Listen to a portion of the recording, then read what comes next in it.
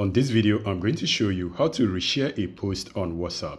Now, WhatsApp have introduced a way for you to reshare other people's posts, either a text, media, or an image. You can reshare them. Now, let me show you guys what that means. Now, this particular post right here has been reshared. You notice right there, it was reshared. What this means is this post wasn't made by this person, but he just reshared another person's post. Now, let me go back and then reshare someone's post. So let me assume this particular person, this is a friend of mine, or let me go to a previous post of hers. To reshare a post, just click on this button right here, the button that displays right here. If you do not see the button displaying, that is only because the person have not updated their WhatsApp. So once this person updates their WhatsApp, they will have this feature.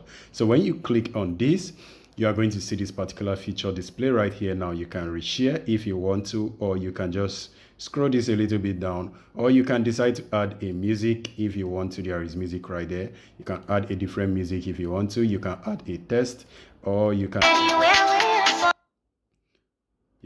a text, or you can edit. There are other options right here for you to do. So once you're done, you click on send. Then it is going to be sent to your status. Now, if you go over to my status, you can see this being uploaded. Once you finish uploading, it's going to display. And once it displays, that means I have actually reshared a post on my status. And when other people view it, they are going to see it as my post, but also a post that I also reshared. So let's wait for that to complete. All right, I think all right, the post has been completed. Now it has been published. Now if I click on it, you can already see right here on this area that I reshared it.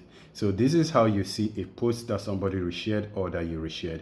So if for any reason you do not like it, you can always delete your post, click more option, and then you hit delete, and then you delete it, and it's going to be deleted from your post. Hope this video is helpful. If you have further questions, leave it on the comment section. I will see you guys on the next video.